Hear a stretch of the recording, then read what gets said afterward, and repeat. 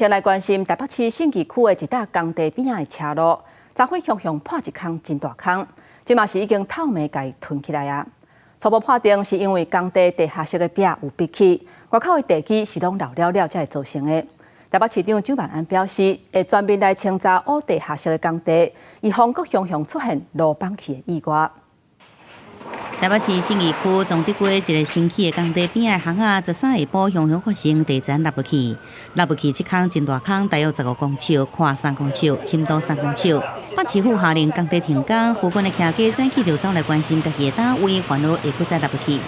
11、2点也还没睡觉，我早上5、6点就赶快跑出来看啦。对啊，我也是要关心一下我自己的摊位啊，希望是没有下一次啦。因为我知道在隔壁巷子啊，在刮的时候像地震一样。安置了5户，那一共是10位。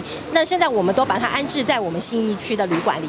台北市长蒋万安早起也到旅馆探视安迪户地震慰问金加剪良花，说明工程抢修的进度。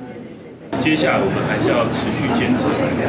第二个，我会请估计师来做检查。初步了解，因为连续的壁体渗水造成地下水溢入来，引发路崩落去。现场也赶紧进行紧急处理。基地外口的大路落落所在，管暗门头停落去，基地内底填沙灌水并行水压。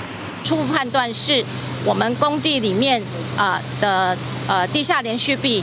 大约在11到12公尺之间有破口、有破洞，那所以它的水跟沙会往地下室里面流，那才造成这个坑洞。为了避免相关的工地意外搁再发生，蒋万安讲已经执行相关局处对着台北市工地全面来清查。这阵建筑工地正伫开挖阶段，有100口物件，会有3大专业工会，每一个案件现场来勘查，伫1礼拜内底检查完毕。到时阵有安全问题，会下令停工改善。记者综合报道。